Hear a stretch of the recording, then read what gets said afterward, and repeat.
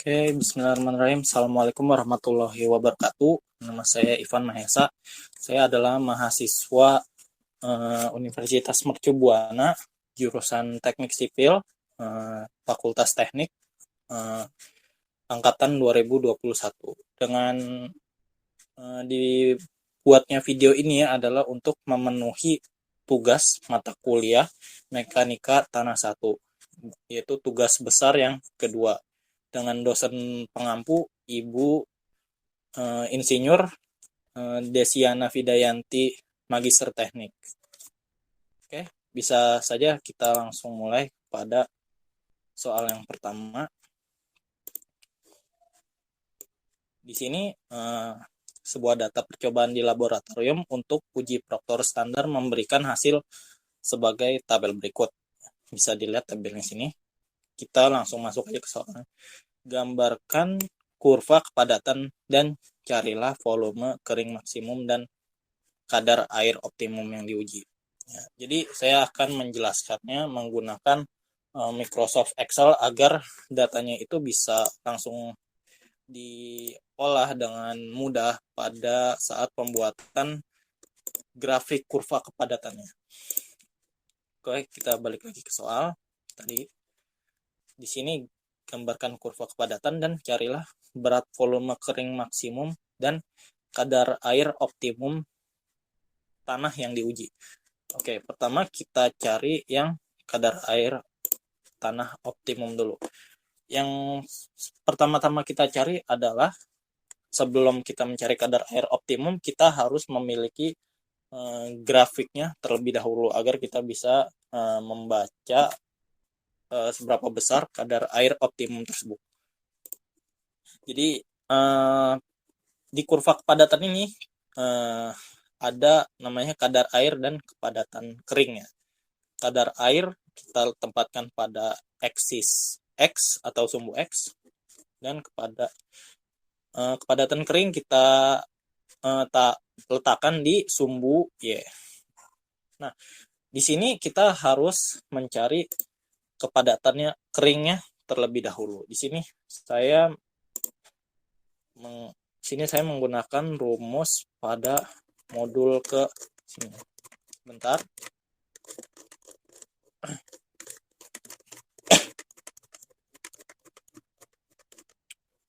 Nah, yang ini.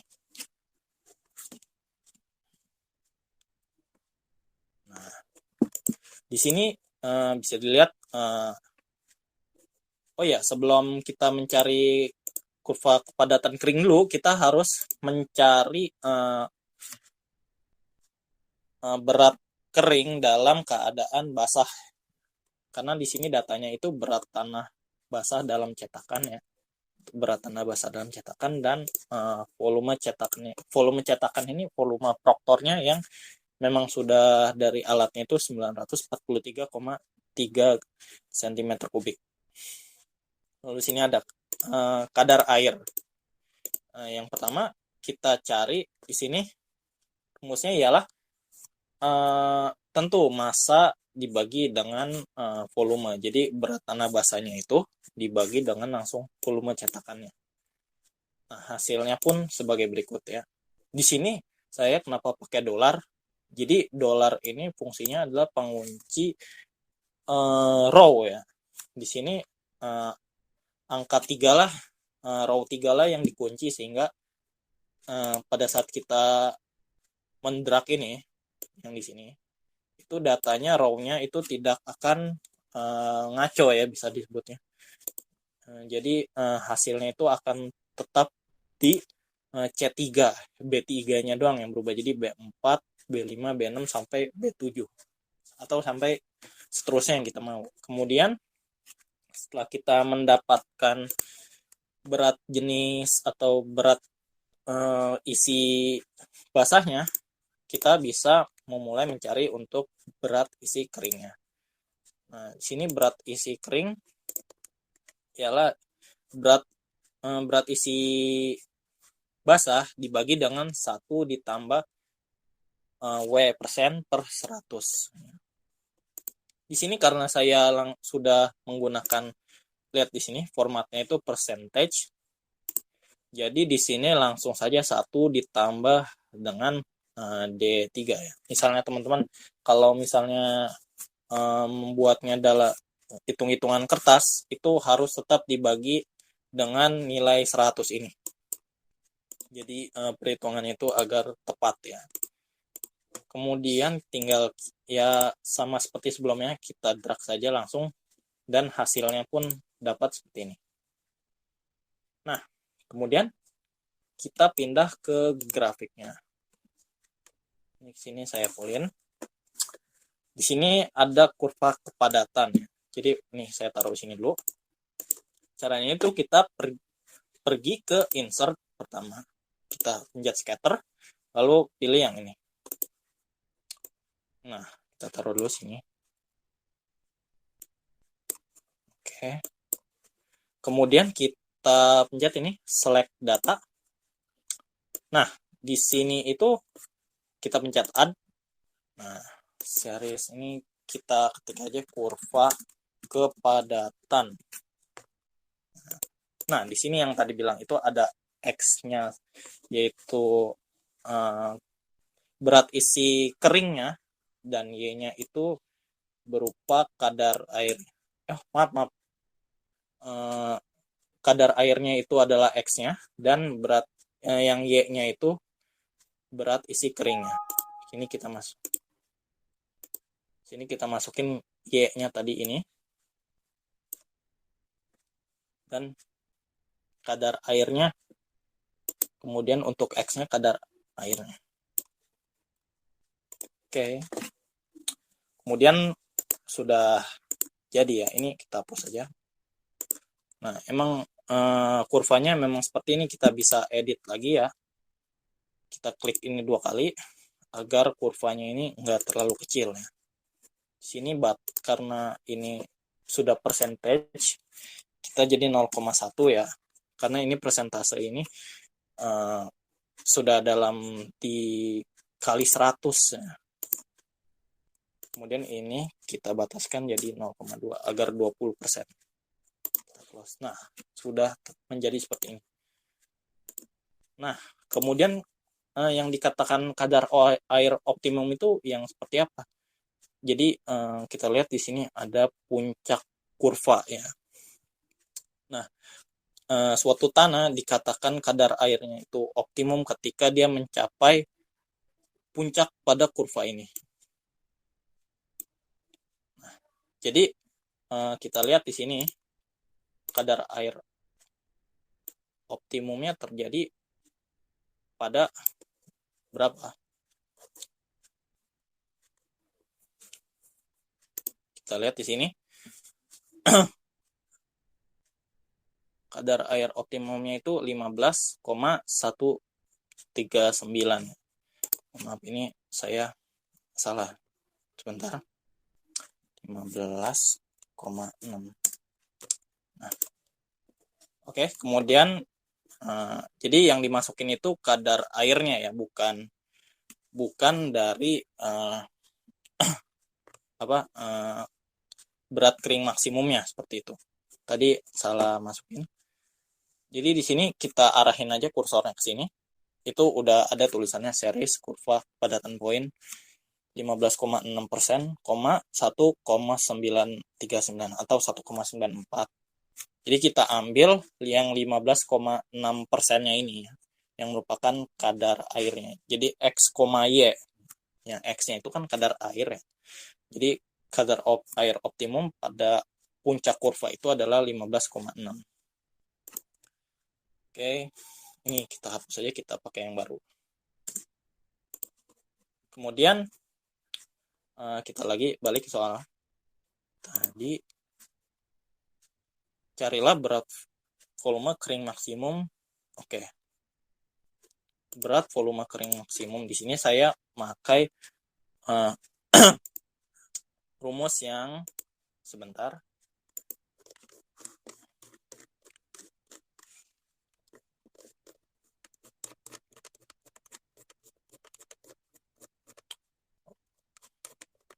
Oke.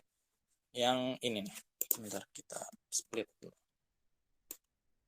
Nah, Di sini saya menggunakan yang GS dikali YW ya, atau berat volume dari air. Kita tahu bahwa berat volume air itu adalah 1 gram per cm kubik ya. Jadi di sini saya udah masukkan di sini GS. Oh ya, di sini kan tidak diketahui ya GS-nya itu berapa. Mungkin yang dimaksud soal adalah 2,67 ini ya. Jadi karena kita nggak bisa menghitung berat volume kering maksimum tanpa ada GS-nya ini. Jadi saya asumsikan sebagai GS ini 2,67 juga seperti yang B. Oke, kemudian sebentar. Jadi di sini GS dikali dengan YW, YW-nya itu 1 dibagi dengan 1 ditambah kadar air dikali dengan GS. Jadi kadar airnya ini seperti yang sebelumnya, ini sudah percentage ya. Jadi tidak perlu dibagi 100 lagi karena sudah formatnya itu seperti itu gitu. Tapi kalau seandainya mengerjakannya di kertas lembar itu harus dibagi 100 lagi. Jadi 12,8 per 100 dikali dengan GS 2,67. Nah, hasilnya pun ini 1,99 dan seterusnya. Nah, di sini ada beberapa sel yang harus dikunci ya. Bisa dilihat kalau selnya itu berupa merge cell, itu jangan lupa dikunci karena ketika kita ngedrag itu akan bisa bilang ngaco ya. Ini H3, ini bisa lihat yang kita kunci itu selnya tetap di H3. Kalau misalnya kita nggak kunci jadi H4. Walaupun di sini H4, H5, H6 sampai 7 itu termasuk dalam merge cell-nya, itu tidak dalam Excel itu tidak dapat dikategorikan sebagai satu sel ya, tetapi yang paling diprioritaskan adalah sel yang paling atas atau H3 ini. Jadi kita harus kunci yang H3-nya. Oke. Kemudian kita lanjut ke nomor 2. Oh ya, sebelumnya ini apa yang dimaksud dengan berat kering volume maksimum itu? Jadi sebentar. Berat volume kering maksimum adalah terjadi apabila tanah tersebut berada pada kondisi zero air void. Nah, zero air void ini adalah kondisi ketika tanahnya itu pada pori-porinya itu tidak terdapat udara. Jadi rongganya itu bisa saja dipenuhi atau maaf 100% dipenuhi air ataupun tidak ada sama sekali. Seperti itu. Oke. Kemudian lanjut yang B ya. Sebentar kita lihat dulu nomornya. Hitunglah berat volume kering untuk kondisi zero air void. Gambarkan kurva terhadap kadar air. Nah, sebenarnya ini tidak perlu kita cari lagi ya, karena hasilnya juga akan sama seperti yang di atas. Ini Rozaf atau gamma ZAF itu sama aja. Gambarkan kurvanya terhadap kadar air ya. Oke, di sini saya sudah bikin, saya akan fullin. Sini saya udah bikin gambar kurvanya terhadap kadar air ya. Di sini bagaimana cara bikinnya? Kita akan drag dulu. Kita klik insert. Kemudian scatter, kita pilih scatter, kemudian pilih yang seperti ini. Nah, kemudian kita select data, add. Nah, kita tadi kurva, maaf sebelum kurva Rho ZAFVL ya. Kita sebut aja PZAFL gitu, agar lebih mudah. Kemudian untuk X series-nya itu, X value-nya kita masukin kadar airnya, dan untuk Y value-nya atau nilai Y-nya itu masuk ke berat ini, berat kering ini. Dan kita klik OK. Oke, ini kita hapus saja. Nah, bisa lihat gambarnya seperti ini. Kenapa tidak seperti ini ya? Jadi ini memang settingan awalnya, bisa kita setting lagi. Kita klik ini, atau ini bebas, yang penting row yang di bawah. Klik kiri 2 kali. Kemudian kita minimumnya. Minimum ini maksudnya yang ada di kirinya ini ya.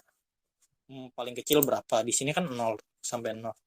Kita bisa ini jadi 0,1 atau 10%. Nah, kemudian kita maksimumnya. Nah, dia akan auto berubah. Maksimumnya itu kita bisa setting 22 atau 20%. Sini saya akan 20%, berarti hapus saja 5-nya jadi 0,2. Kita close. Nah, ini saya potongnya berbeda ya. Makanya yang ini 12%, yang ini 10%. Ini bisa juga disetting menjadi 0,12. Nah, akan sama juga. Nah, bagaimana cara ini? Sebenarnya tidak terlalu penting ya, tapi bisa ditambahkan garis ini. Namanya ini major grid line. Kalian pencet saja ini yang di bawah ini. Klik kanan, terus add major grid lines. Nah, kan seperti ini juga. Oke. Kemudian sebentar, saya hapus dulu. Nah, kemudian kita lanjut ke yang nomor C ya. Gambarkan kurva dengan kandungan udara 10%. Oke, jadi di sini kan kandungan udaranya 10%. Yang berarti kalau dalam void itu sisanya itu 90%-nya air. Seperti itu logikanya. Jadi misalnya ada tanah itu kan berapa, dengan volume sekian, dengan pori sekian. Nah, dalamnya itu terdapat ada 2 elemen, yaitu air dan udara. Nah, di sini kasusnya adalah terkandung 10% udara. Berarti logikanya itu 90%-nya itu pasti air. Nah, di sini saya menggunakan di sini yang dicari gambarkan kurva dengan kandungan udara. Maksudnya ini kurva kepadatan keringnya, bukan kepadatan maksimumnya. Oke, di sini saya mengambil dari salah satu jurnal di internet. Jurnal ini oleh Bapak Syarifuddin, Infoteknik, volume 8 nomor 2 Juli tahun 2007 ya. Bisa di-download di internet. Nah, di sini dia menjelaskan hubungan teoritis antara kadar air dengan batas-batas plastis. Tapi ada juga yang membahas volume kering maksimum. Nah, di sini salah satunya ini saya menggunakan rumus ini. Karena ada derajat kejenuhannya di sini. Dan derajat kejenuhan itu kita 90%. Oke, kita split dulu. Oke, sebelum kita masuk ke sini, kita harus sebenarnya tidak ada yang dicari ya. Kita bisa langsung memasukkan rumus ini ke dalam perhitungannya. Karena GS sudah tersedia 2,67 dan berat volume air atau gamma W itu pasti 1 gram per cm kubik ya. Kemudian GS-nya sudah ada, W-nya sudah ada ya, atau kadar airnya itu dari soalnya. Kemudian S-nya. Nah, S-nya itu tadi yang seperti saya jelaskan itu 90%, karena 10%-nya itu udara, pasti S-nya itu 90%. Atau banyaknya air ya, derajat kejenuhannya, tingkat kejenuhannya itu 90%. Oh ya, sini udara ya, saya nyebutnya kadang air juga ya, tapi tidak apa-apa. Oke, kemudian kita masukkan saja rumus. Ini kalau di Excel itu memang agak rumit karena harus banyak yang dikunci selnya itu, dan harus banyak tanda kurung agar Excel itu tidak salah membaca rumus ya. Jadi harus lebih ribet. Di sini H28 ini kan di sini yang seperti saya jelaskan, sel yang paling atas itu, row yang paling atas itu diprioritaskan ya. Padahal 29 sampai 32 itu merupakan sel ini juga, tapi paling atas lah yang harus diprioritaskan. Jadi kalau misalnya kita masukkan rumus ini H29, dia bakalan error, tidak terbaca ya. Kemudian F28 ini berat volume air. Ini sebenarnya berat air tidak perlu dicari ya. Ini bisa dihapus saja. Kemudian berat volume air ini pasti ya 1 gram per sentimeter kubik. Kemudian dibagi dengan 1 ditambah GS kali W per S. Jadi kita kurung buka dulu untuk agar semuanya ini bisa dalam satu kesatuan yang dibagi atau penyebutnya dari GS atau YW. Nah, kemudian kita tanda kurungin lagi untuk perkalian antara GS dengan W atau kadar airnya. Nah, H-nya di sini saya kunci ya seperti sebelumnya. Kemudian dibagi dengan W-nya ini saya sudah dalam persentase ya formatnya. Tapi kalau seandainya teman-teman mengerjakannya di kertas atau ditulis tangan, W-nya itu harus dibagi dengan 100. Di sini 12,8%. Jadi GS dikali dengan 12 per 100 lagi. Baru dibagi dengan S. Nah, kemudian didapatkan hasilnya 1,94 gram per sentimeter kubik. Kemudian kita lihat lagi soalnya tadi. Oke, di sini gambarkan kurva ya. Di sini kurva kepadatan seperti sebelumnya ya, kadar air terhadap kepadatan kering. Ya, sebentar saya akan fullin dulu. Oke, kita taruh dulu di bawah. Sini kalian klik ini, insert seperti tadi, scatter, pilih yang ini. Kita taruh sini dah. Select data, add. Ini kita ketik aja kurva kepadatan 10% udara atau 10% air ya dalam bahasa Inggris. Untuk X-nya itu kita masukkan ini berat isi kering ya. Dan untuk Y-nya ini kita masukkan kadar airnya. Oke, dan oke. Nah, di sini kita hapus aja ini untuk Nah, di sini teman-teman bisa oh, maaf, ini terbalik ya ternyata. Tunggu. Kita ulangi.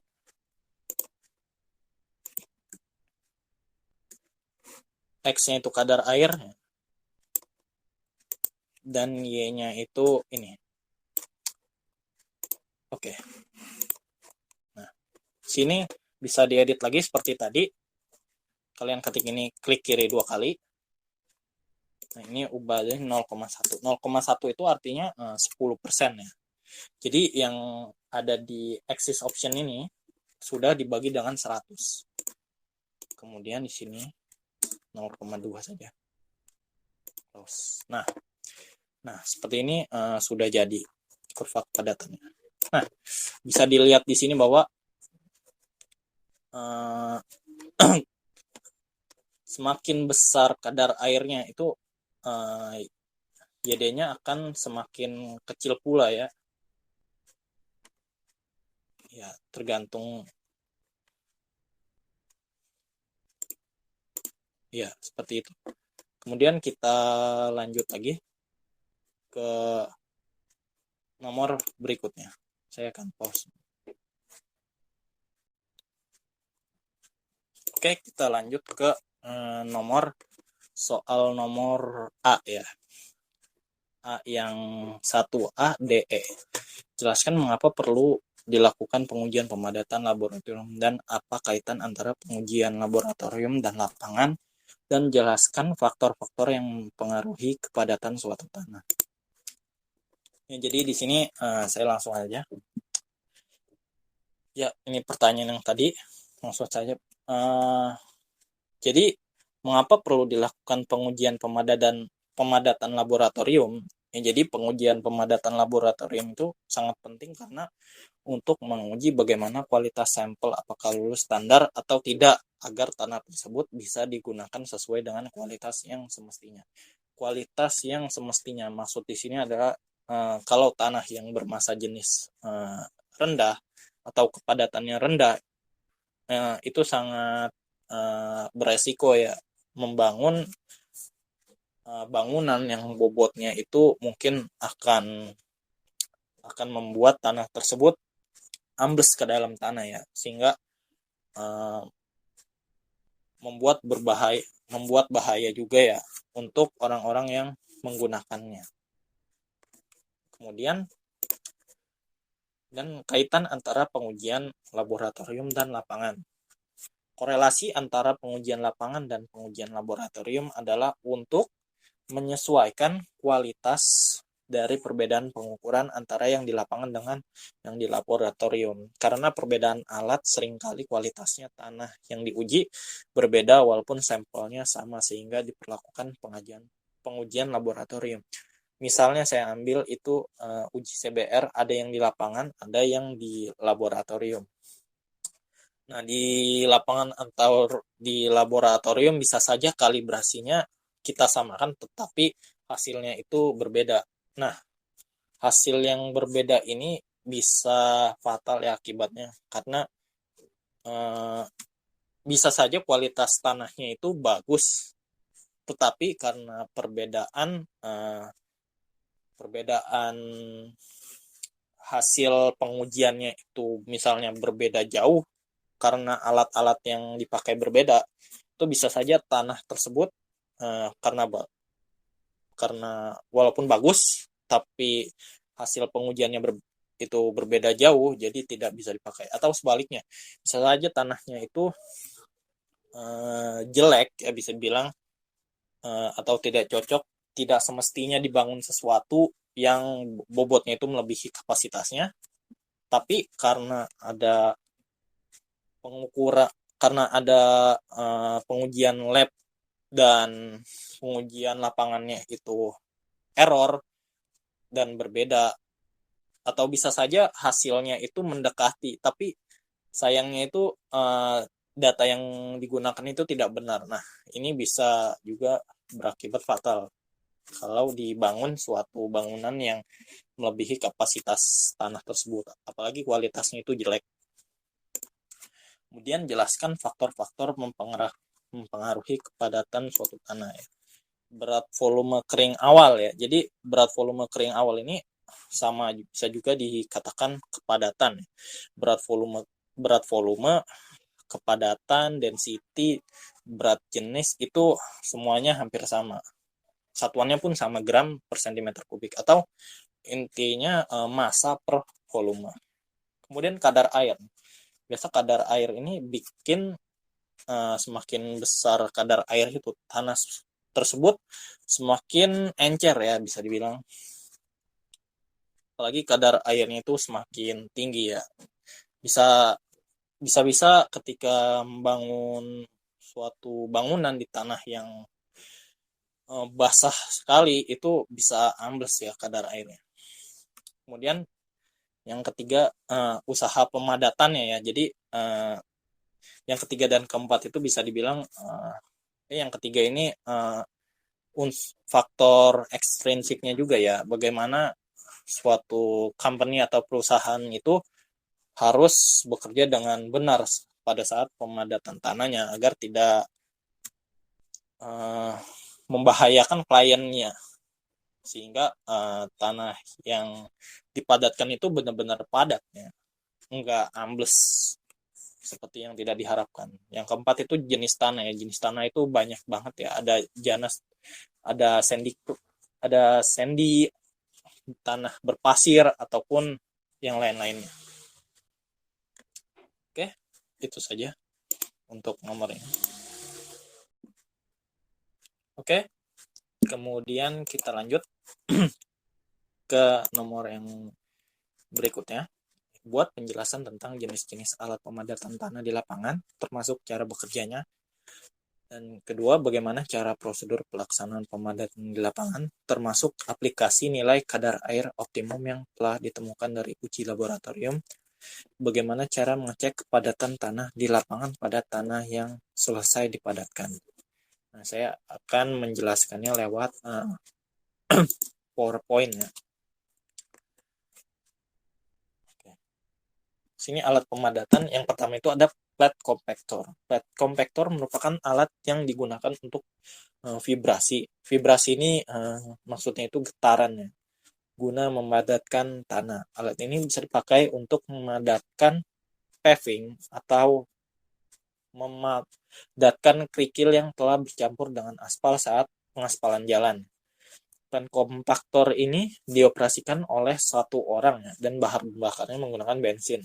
Flat compactor juga sering disebut dengan stemper kodok ya. Jadi ini orangnya ini bisa ditarik ataupun didorong ya, dari sini, dari pegangannya. Kemudian yang kedua ada tandem roller.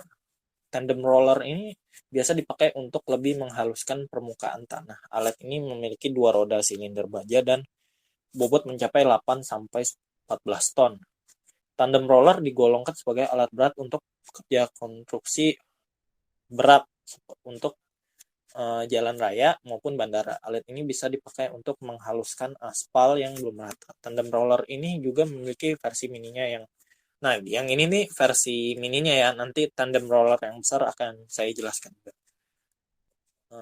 Baby roller ya, jadi cara penggunaannya bukan dinaiki seperti tandem roller yang besar, melainkan hanya didorong dan ditarik ya. Jadi ini baby roller ya, seharusnya bukan tandem roller. Oke, yang ketiga ada rammers. Rammer dioperasikan oleh satu orang dengan ukuran platnya ini 15 kali 15 cm atau 20 kali 20 cm. Fungsi rammer sendiri ialah digunakan untuk memadatkan daerah kecil dengan memberikan beban dampak pada tanah. Beban dampak ini maksudnya bukan beban yang didampakkan oleh si alat mesin tadi ya. Berat rammer sendiri bervariasi mulai dari 30 kg hingga 10 ton.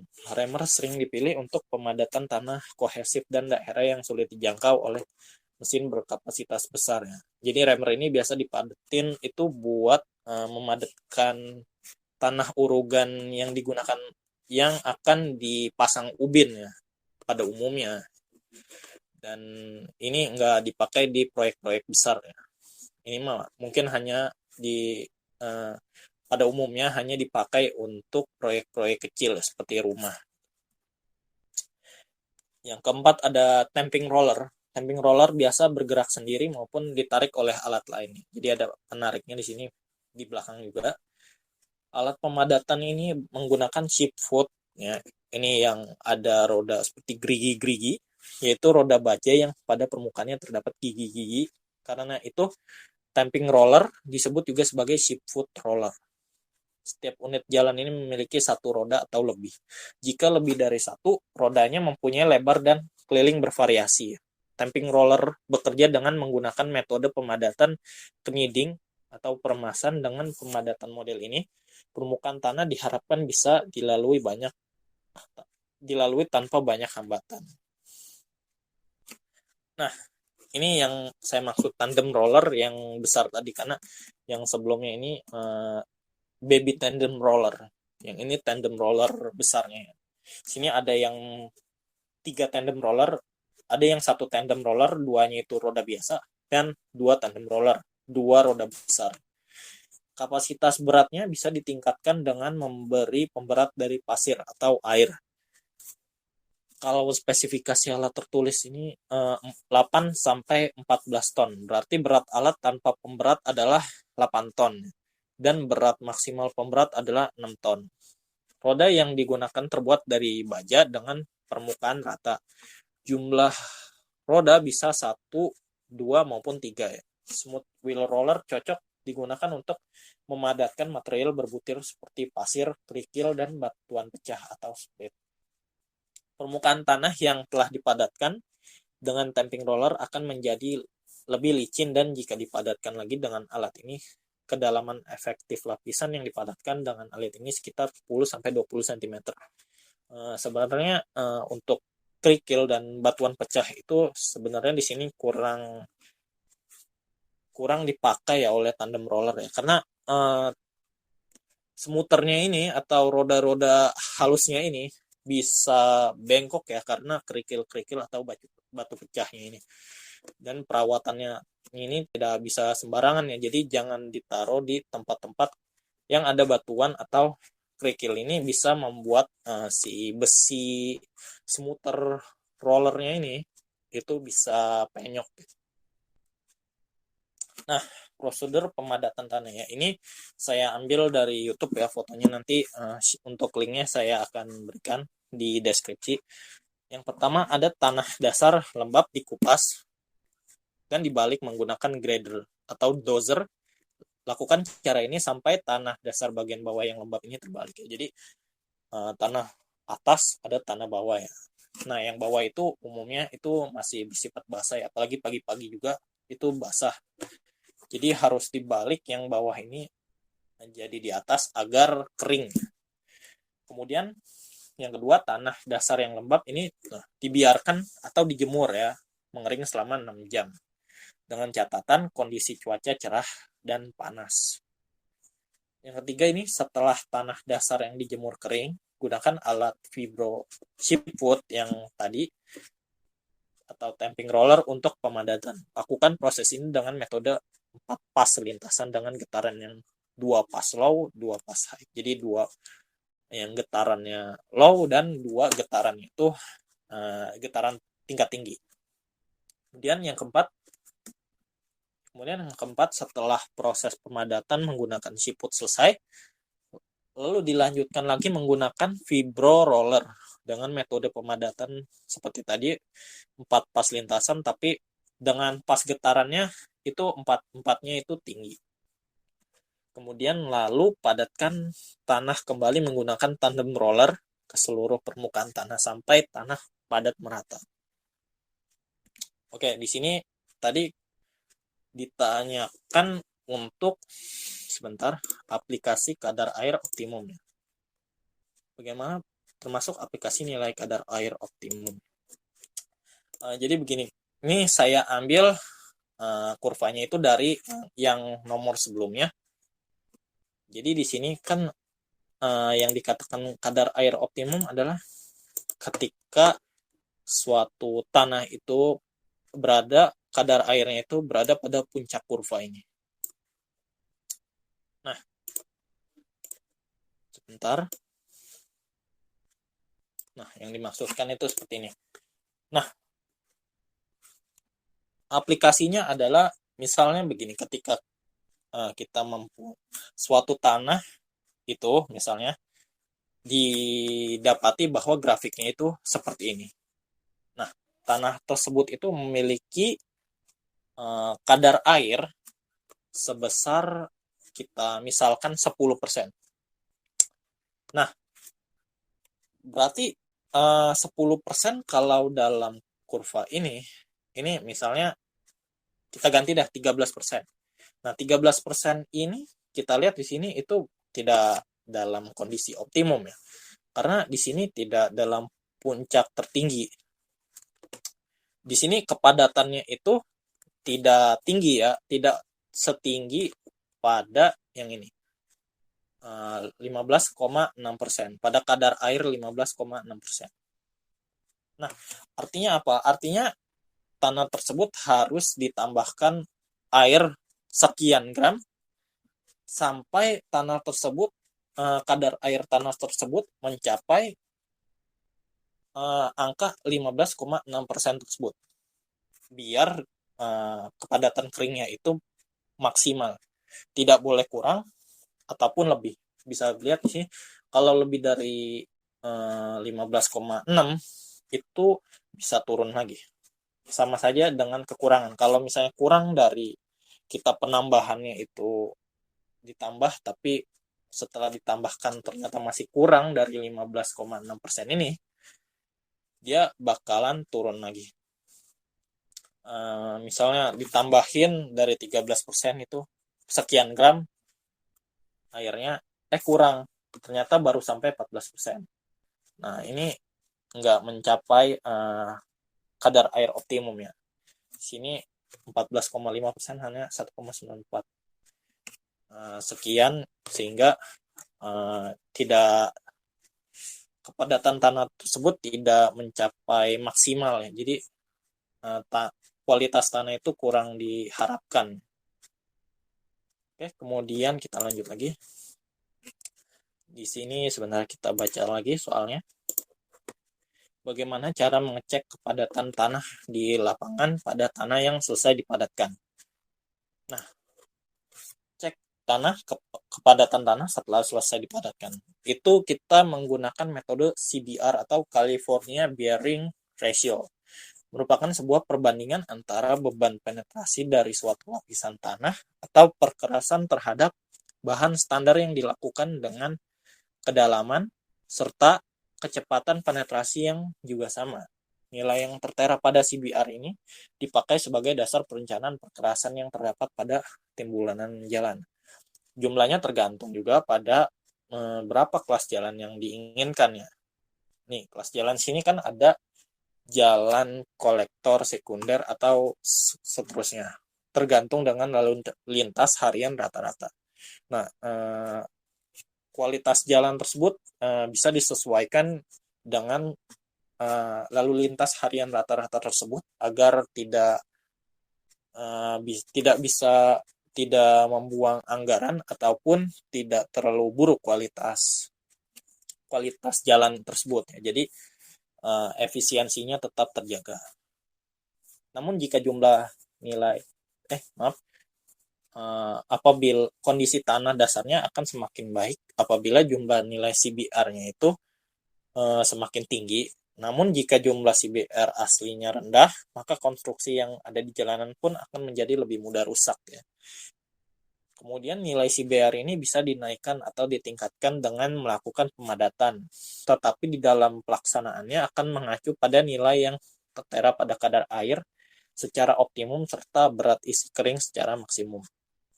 Kualitas daya dukung tanah yang masih asli menjadi salah satu kekuatan yang terdapat pada konstruksi jalan yang menjadi bahan dasarnya.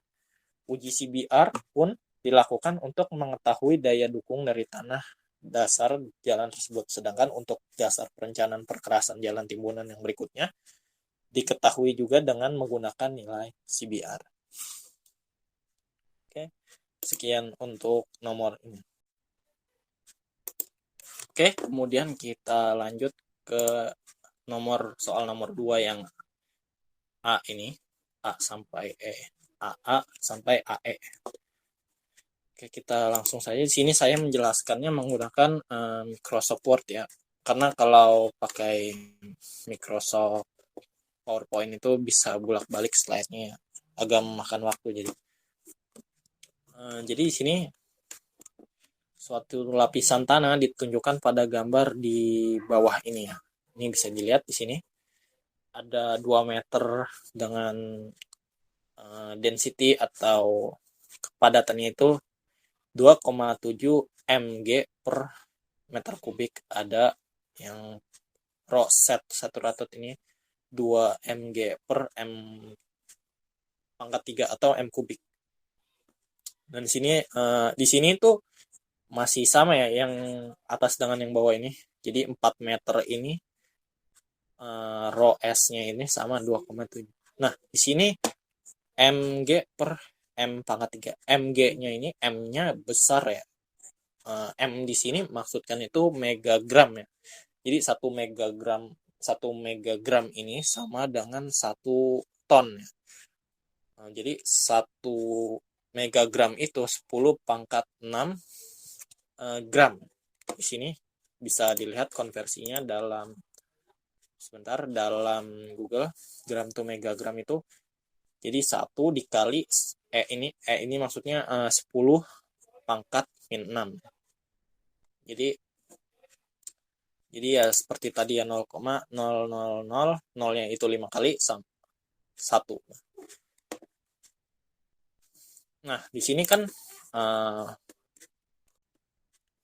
di sini kan nomor A, hitung tegangan total, tegangan air pori, dan tegangan efektif tanah pada posisi di titik A. Nah, di titik A ini yang di garis ini, sebentar. Nah, ini nih, jadi ini titik A nih. Nah, tegangan total di titik A itu.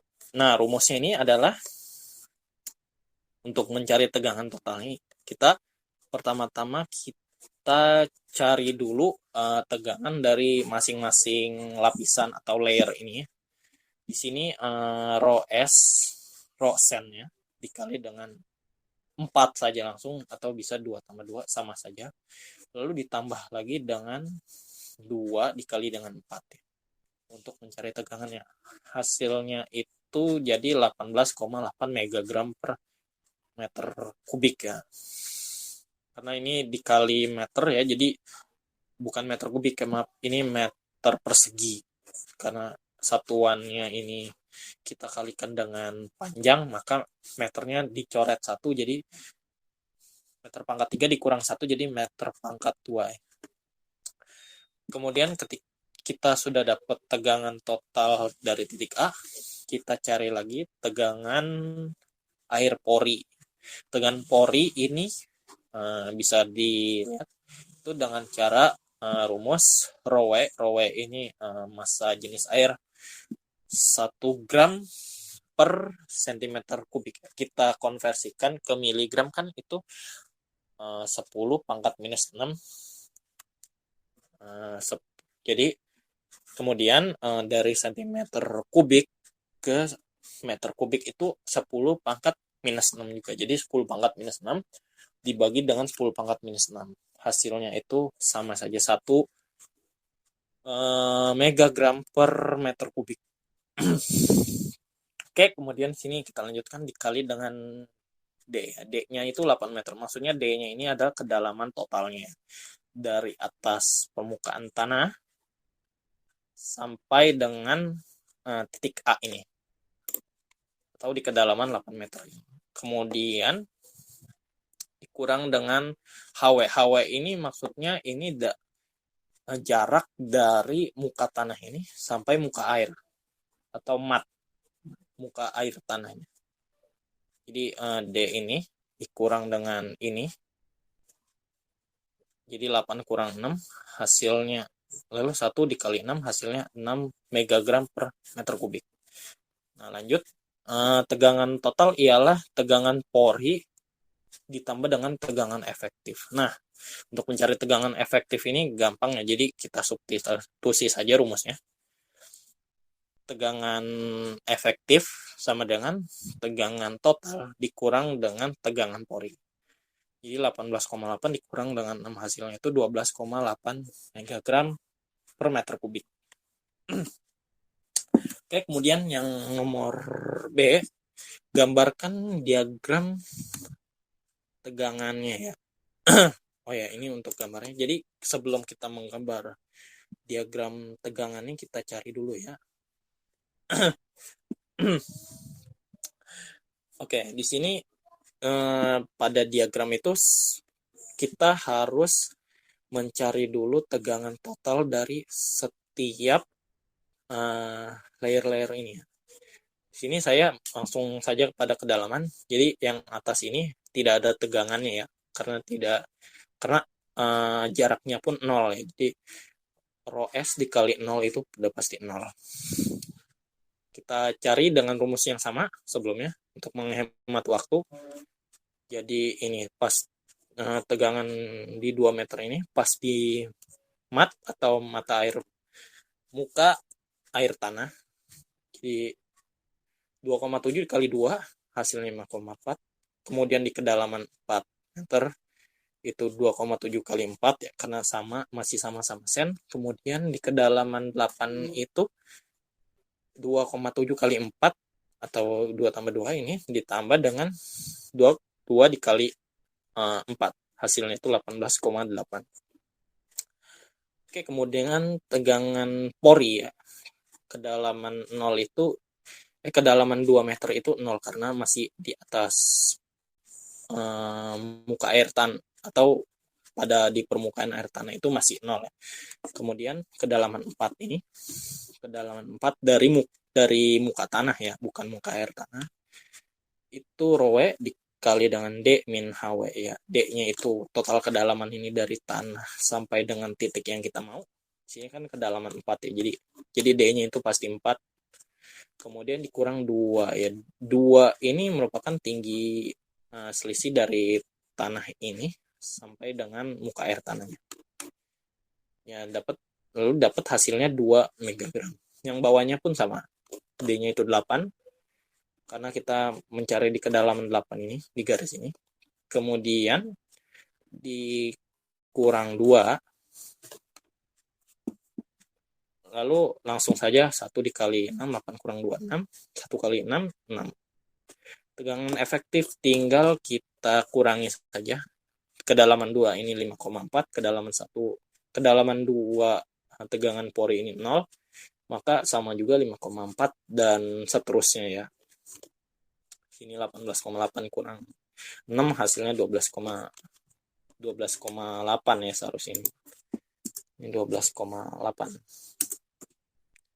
Oke, kemudian kita masuk pada grafiknya ya.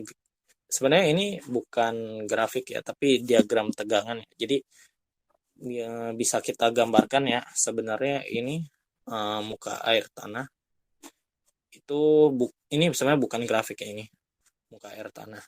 Jadi bisa kita tulis di sini kedalamannya itu sama seperti ini, dari sini sampai sini.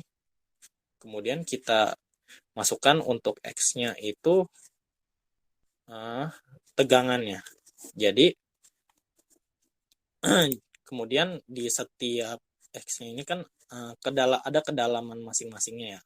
Ini untuk kedalaman 0, kedalaman 2, kedalaman 4, kedalaman 8. Nah, jadi kita tinggal masukin saja. Misalnya di sini kedalaman 2 untuk tegangan pori. Tegangan pori itu yang hijau ya. Kedalaman 2 itu 5,4. Ya. Oh, maaf, tunggu. Oh ya, 0. Ini 0 ya, sebenarnya bukan 0. Kemudian 6.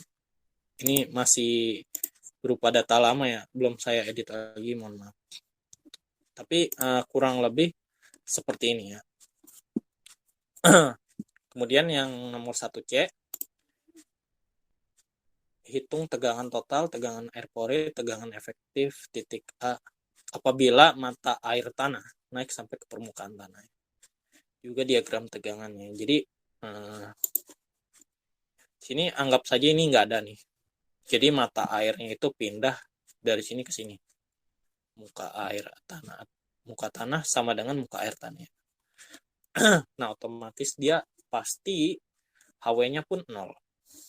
Jadi langsung rho W dikali D. Tapi karena saya untuk menjelaskan juga, jadi saya tetap tulis di sini ya, HW-nya. Nah, kita cari dulu tegangan totalnya. Seperti tadi ya, sama juga. Soalnya kita nyari, tunggu sebentar. Hitung juga tegangan pada posisi titik A ya.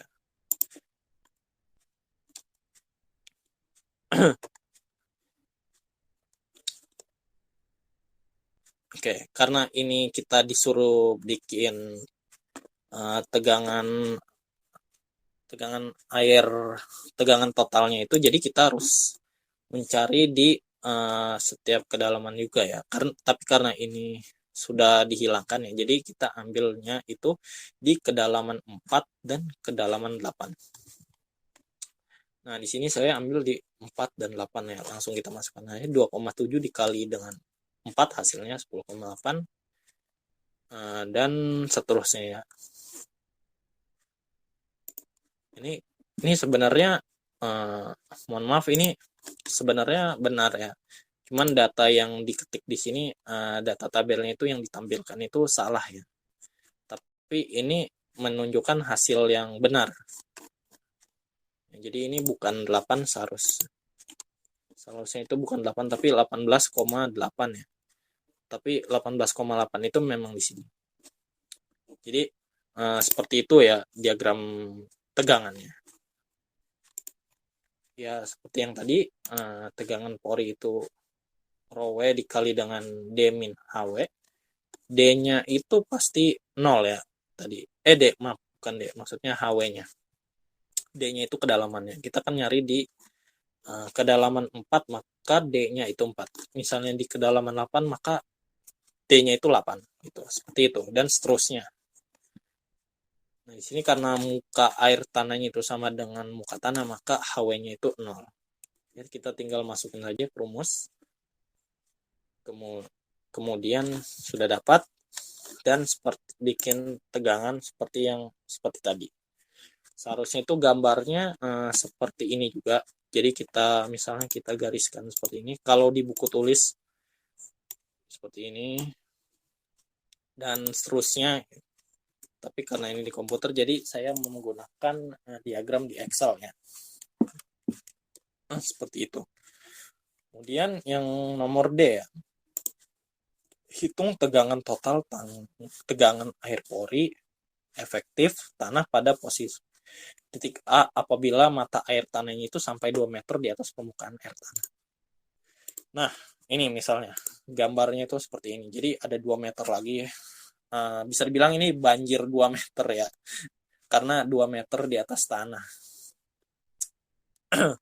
Ya, kita langsung masuk saja di sini.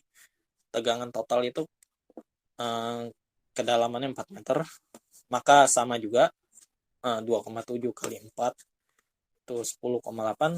Karena tadi disuruh cari kurva tegangannya, maka kita harus masukin juga di setiap kedalamannya. Jadi saya ambil 4 dan 8. Sini 4 dan 8-nya masih sama seperti sebelumnya. Nah, tegangan porinya. Nah, di sini kan HW-nya itu jarak letak tanahnya ini berada di bawah muka air tanahnya. Jadi muka tanah di bawah muka air tanahnya.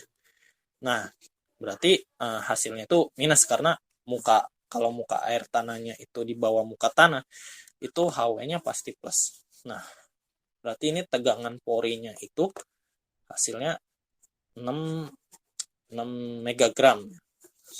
10 megagram dan 4, dan seterusnya. Kemudian tegangan efektifnya juga sama. Ya, kita substitusikan rumusnya. Jadi 18,8 kurang dengan 6, hasilnya 8,6. Ini bukan 6 ya, seharusnya 8. Ini 8. Ini 8.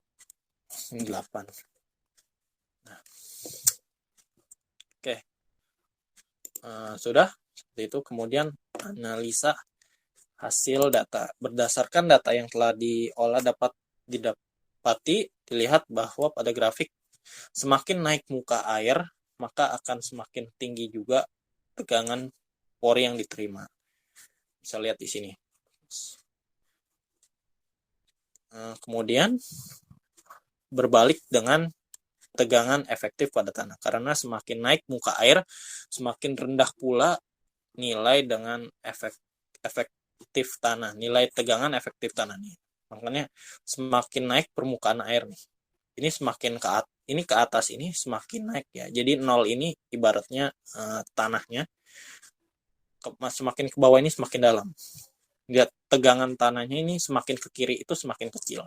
Jadi semakin naik semakin kecil dia. Tetapi hal ini tidak berpengaruh terhadap dengan tegangan total tanah. Yang dapat mempengaruhi nilai tegangan total tanah ialah dalamnya permukaan tanah dan nilai kepadatan atau density dari tanah tersebut ya. Jadi mau itu tegangan porinya berapa, mau banjir berapa meter pun tegangan total tanah itu akan selalu sama ya. Jadi tidak akan berpengaruh. Oke, kita lanjut ke nomor. Oke, kita lanjut ke soal yang berikutnya ya. Di sini nomor 2B ya. Sini sudah saya salin soalnya. Suatu profil tanah terdiri dari 5 meter compacted sandy clay diikuti oleh medium dense sand setebal 5 meter. Di bawah sand ada lapisan compressible silty clay dengan tebal 20 meter. Muka air tanah mula-mula berada pada dasar lapisan pertama, pada 5 meter di bawah muka tanah. Kepadatan tanah adalah 2,05 megagram lagi per meter kubik. Kemudian 1,94 megagram per meter kubik lagi saturated, dan 1,22 megagram per meter kubik untuk masing-masing lapisan tanah tersebut.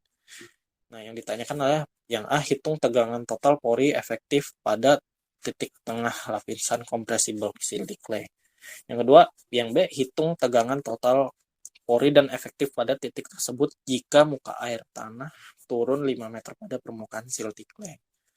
Lalu beri komentarnya tentang perbandingan kedua kondisi tersebut. Nah, di sini itu sudah saya gambarkan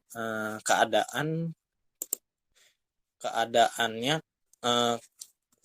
kedalamannya maksud saya di sini. Apa yang dimaksud dengan soal-soal ini ya? Sini misalnya sini muka air tanah. Nah, di atasnya ini adalah muka tanahnya ya, yang di bawah tulisan sketsa gambar lapisan ini. Nah, sini ada 5 meter compacted sandy clay dengan kepadatan 2,05 megagram per meter kubik. Kemudian ada medium dense sand 1,94 megagram per meter kubik dan compressible silty clay 1,22. Nah, seperti sebelumnya ya, kita cari dulu tegangan totalnya. Pertama kita 2,05 ini dikali dengan 5 ditambah dengan rho. Oh ya, ini saya pakai singkatan yang jadi CSC itu compact sandy clay, MDS itu medium dense sand, sama CMSC compressible silty clay.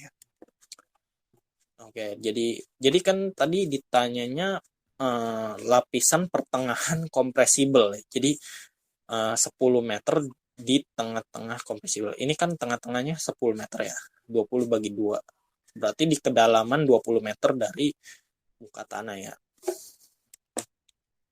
Nah, tadi saya lanjutkan. Kita hitung ini hasilnya itu jadi 32,15 megagram per meter kubik ya. Kemudian tegangan porinya D-nya itu kedalaman ini ya, dari muka tanah sampai dengan titik yang ini nih, titik yang dipertanyakan. Kemudian dikurang dengan HW. HW ini jarak dari muka tanah sampai dengan muka air tanahnya. 20 kurang 5, 1 kali 15. Hasilnya 15 megagram meter. Tinggal dicari tegangan porinya. Tegangan total dikurang tegangan pori. Hasilnya itu 17,15 megagram per meter kubik. Kemudian yang B, hitung tegangan total pori dan efektif pada titik tersebut jika muka air tanah itu turun 5 meter pada permukaan silty clay. Oke, jadi yang dimaksud itu di sini ya, pada permukaan silty clay ya. Jadi maksudnya itu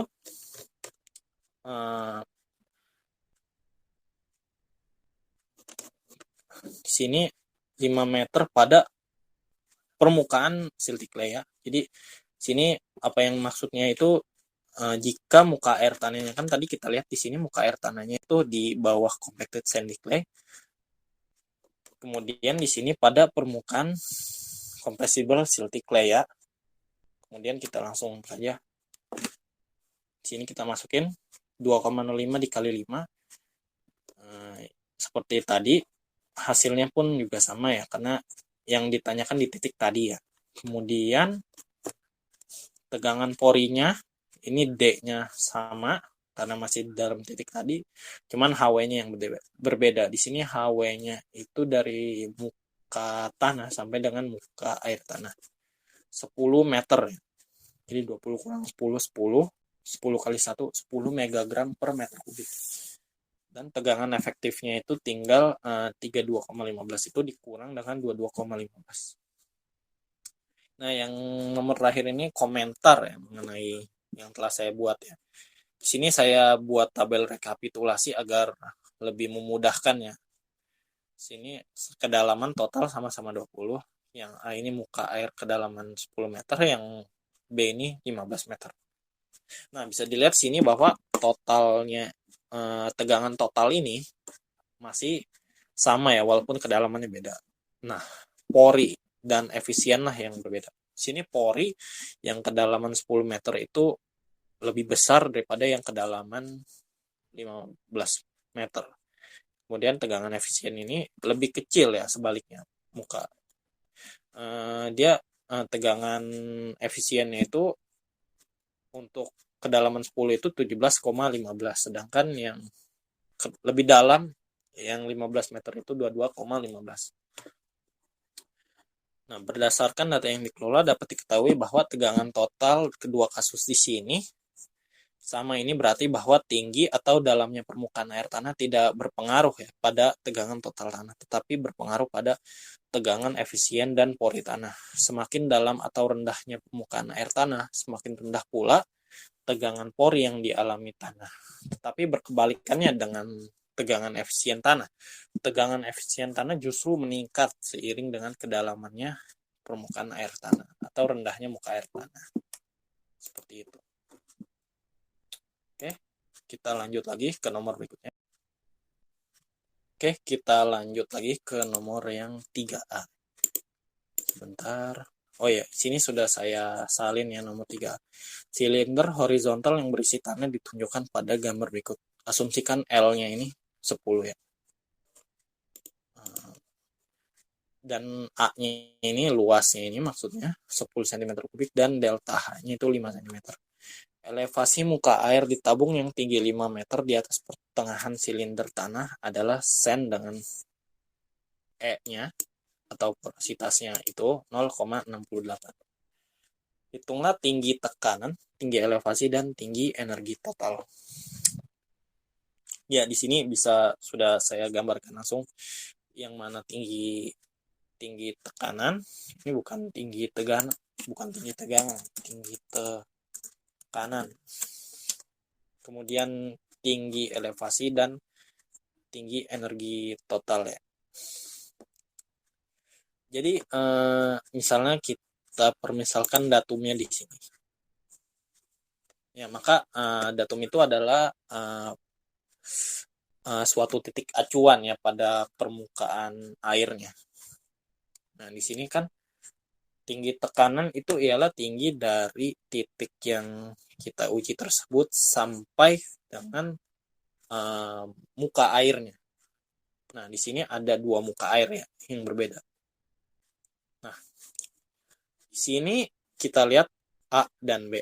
Kenapa A dan B itu bisa sama ya?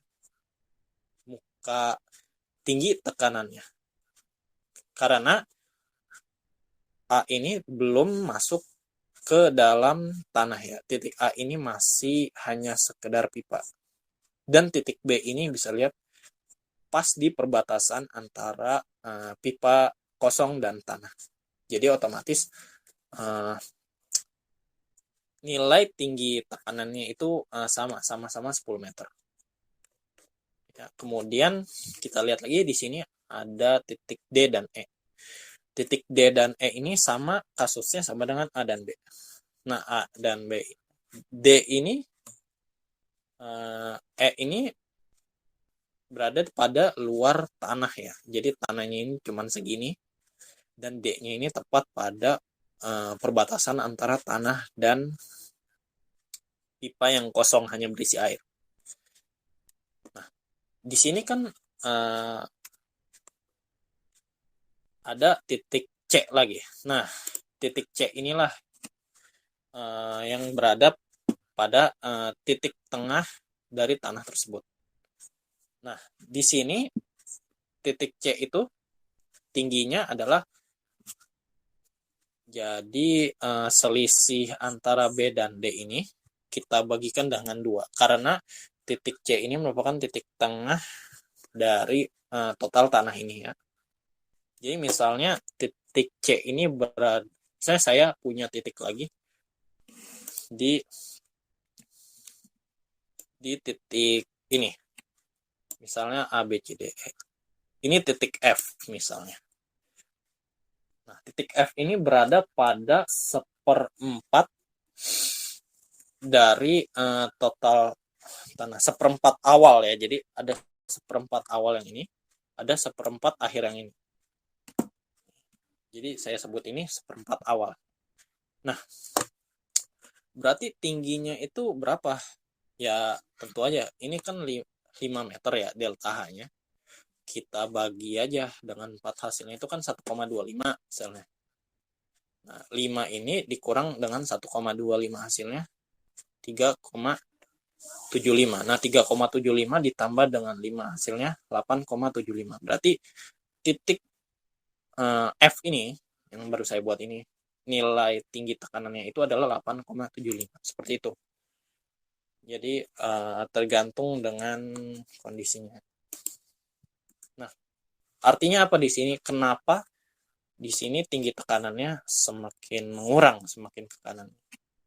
Karena ada yang disebut perjalanan air di sini. Nah, disinilah ada yang disebut kehilangan energi ya. Jadi ibaratkan ketika kalian melihat kapal yang kena ombak, pasti yang dari depan dulu yang mengangkatnya, karena tekanannya itu dari air itu akan mengalir dari yang tertinggi sampai dengan kerendah. Lalu ada proses kehilangan energi di sini. Kemudian ada tinggi elevasi. Tinggi elevasi ini dari titik yang kita cari ke titik datum ya. Karena titik yang kita cari ini di bawah, maka minus ya, minus 5 semua karena sejajar. Nah, tinggi total energi ini adalah tinggi tekanan ditambah dengan tinggi elevasi. Jadi 10 ditambah minus 5, 5, 10 ditambah minus 5, 5, sama juga 7,5 ditambah minus 5, 2,5, 5 ditambah minus 5 sama dengan 0. Jadi semakin ke kanan ini, mereka akan semakin kecil tinggi energi totalnya. Bahkan pada saat di sini sudah kehilangan tinggi energi totalnya. Seperti itu. Jadi semakin ke kanan, bukan semakin ke kanan sih maksudnya, semakin jauh itu akan kehilangan energi totalnya. Seperti itu. Oke, kita lanjut ke nomor selanjutnya. Oke, kemudian kita lanjut ke nomor terakhir, yaitu nomor 3B ya. Di sini diketahui bahwa gambar jaringan. Di sini ada, kita lihat ini sebenarnya yang dimaksudkan itu seperti dam ya, atau bisa dibilang itu bendungan yang membatasi antara ini dengan area yang kiri dengan area yang kanan. Jadi ini tanah, ini muka airnya nih, 3 meter di atas tanah ini. Kemudian ini ada bendungan selebar 8 meter nih, dan terkubur juga sedalam 2,5 meter. Nah, di sini gambarkan jaringan aliran untuk rembesan di bawah suatu struktur pada gambar berikut, dan hitunglah besar rembesan jika koefisien permeabilitas tanah adalah 5 kali 10 pangkat minus 5 meter per detik. Dan yang kedua, berapakah gaya angkat uplift pada dasar struktur ini? Nah, di sini kita bisa bikin ya, kalau misalnya kalian gambar lewat kertas itu lebih mudah ya mungkin. Sini untuk jumlah ininya itu bebas. Sini saya ngambil contohnya itu 3. Di sini ada yang namanya net flow, ada yang disebut, kemudian ada yang disebut epic epistemologi ya. Nah, di sini ada flow net. Di sini saya membuat 3 garis ya. Nah, di sini kan ada 3 garis. Tetapi di sini ada 4 jalur ya flow net, atau NF-nya 4 ya. Bisa lihat di sini. Jadi yang pertama ini, yang ini, sela-sela ini, yang kedua ini, yang ketiga ini, lapisan ketiga, yang keempat ini yang di luar, yang tidak ada batasnya.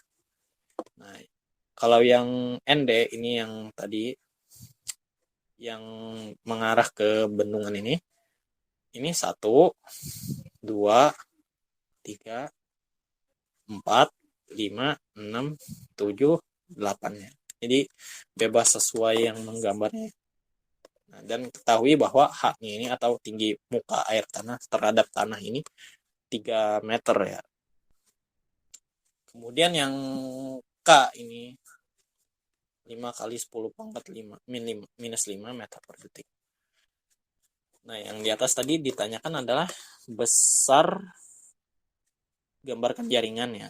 Kita kan udah tadi gambar jaringan. Hitunglah besar rembesan ya. Rembesan itu seperti debit air ya, bisa dibilang. Yang dimaksud dengan rembesan dan debit itu sama ya, karena rembesan itu kan banyaknya air dalam jumlah detik ya. Ini seharusnya kubik ya. Ini seharusnya kubik. Nah, dan seharusnya ini meter kuadrat, tapi gak apa-apa, kita lanjut aja. Di sini K-nya kan udah kasih tahu kan 5 kali 10 pangkat min 5 dikalikan dengan 3 ya. 3-nya ini H-nya ya, tinggi muka air tanah terhadap tanahnya. Kemudian NF banyaknya flownet dibagi dengan ND ya, banyaknya epic yang garis-garis epic tadi. Kemudian 5 kali 10 pangkat min 5 dikali dengan 3 dikali dengan 4/8 atau yaitu dapatkan lagi hasilnya 7,5 dikali dengan 10 pangkat min 5. Sudah. Jadi besar debitnya itu segini ya, rembesnya 7,5 dikali 10 pangkat min 5 meter kubik per detik ya. Jadi rembesnya itu dengan volume sekian per detik ya. Jadi per detiknya itu sebesar 7,5 kali 10 pangkat min 5 itu sangat kecil ya rembesannya. Jadi semakin kecil rembesannya, bahkan kalau mendekati 0 itu semakin baik ya, karena biar dia itu enggak sampai menerobos rembes dari bawah ini ke daerah yang ke kanan ini yang tidak ada air, seperti itu. Kemudian besar gaya angkat ya, yang kedua pada dasar struktur. Jadi di sininya gaya upliftnya itu. Nah, di sini HA-nya itu atau besar dalamnya jarak antara muka tanah terhadap titik A ini, A, B, C, D, F, G sampai G ini kan sama ya. Maksudnya dalamnya bendungan ini. Nah, delta H atau kekurangan energinya itu bisa kita cari dengan rumus itu. HL sama aja dengan H ini ya. Saya menyebutnya HL mungkin. 3 dibagi dengan 8 ya. 8-nya ini dari jumlah garis-garis yang ini ya. Bukan garis maksudnya, jalur-jalur yang ini. Ini total ada 8. Kemudian didapatkan hasil 0,375 meter. Nah, tegangan angkat sama dengan HL atau tinggi muka air tanahnya ditambah dengan HA dalamnya ini dasar bendungan ini terhadap muka tanah dikurang dengan jumlah jaringan yang dilewati ya. Jaringan yang dilewati ini pada titik A ini kan baru satu jaringan yang dimaksud itu jaringan yang seperti ini. Ini 1, 2, 3, 4, 5, 6, 7 sampai 7 doang ya kan, karena di sini tidak ada garis lagi. Tapi ND-nya tetap 8 maksudnya. Dikali dengan delta H. Delta H-nya sudah dicari. Kemudian dikali dengan YW. YW-nya itu 1 ton per meter kubik ya. Oke, kemudian kita lanjut lagi. Sini tegangan angkat dari A itu 3. Kita lihat ini 3. HL-nya kan 3. Kemudian ditambah dengan 2,5. HA-nya sampai HG itu sama. Jadi 2,5 semua dikurang dengan 1 dikali dengan satunya itu jumlah jaring air yang dilewati ya. Jadi jaringan airnya itu yang ini. Aduh, maaf, sebentar. Jaring airnya. Bentar. Jadi jaring air itu yang ini. 1, 2, 3 yang berada pada tengah-tengah garis AB ataupun yang di luar A ini. Jadi kan melewati 1 baru. Jadi cuman melewati 1 dikali dengan delta H-nya dikali dengan 1. Satunya ini massa jenis air ya. Itu 1 ton per meter kubik ya. Karena 1 gram per meter kubik 1000 kilogram per meter kubik. Jadi 1000 kilogram kan sama dengan 1 ton ya. Jadi 1 ton per meter kubik. Oke, kemudian ini oh iya, ini bebas ya, bisa ton, bisa meter, itu bebas terserah kalian. Kemudian dapati bahwa dari perhitungan di atas itu 4,875. Dan seterusnya itu sebenarnya sama karena HA-nya ini sama. Yang membedakan hanya jalur yang dilewati ya. Ini kan 1. Kalau A itu baru 1 jalur yang lewati. Kalau yang B pada titik B ini itu kan 1, 2, berarti 2. Kemudian yang C ini 3, 1, 2, 3. D 4, 1, 2, 3, 4 dan seterusnya. Nah, kemudian didapati seperti ini nih, 4,875, 4,5 dan seterusnya ya. Yang berbeda hanya jumlah jaring airnya. Kemudian gaya angkatnya tersebut dari semua ini gaya angkatnya ini kita totalkan, lalu gaya angkatnya itu didapatkan sebesar 26,25 ton per meter persegi. Nah, di sini ada saya tambahkan diagram gaya angkat ya. Jadi semakin ke kanan ini gaya angkatnya itu akan semakin rendah ya. Ibaratnya ketika kapal misalnya lagi maju dari depan, nah di depannya itu ada ombak, tentu kapal tersebut akan yang terangkat duluan adalah mulut dari kapal tersebut ya, lalu baru belakangnya. Nah, hal itulah yang bisa disamakan dengan kasus ini. Jadi gaya angkatnya itu akan dari depan dulu sini, dan semakin ke belakang itu akan semakin kecil gaya angkatnya. Seperti itu. Baiklah, menurut saya cukup sekian dari pembahasan tugas besar 2 ini. Semoga apa yang saya sampaikan ini berguna bagi kita semua. Terima kasih. Wassalamualaikum warahmatullahi wabarakatuh.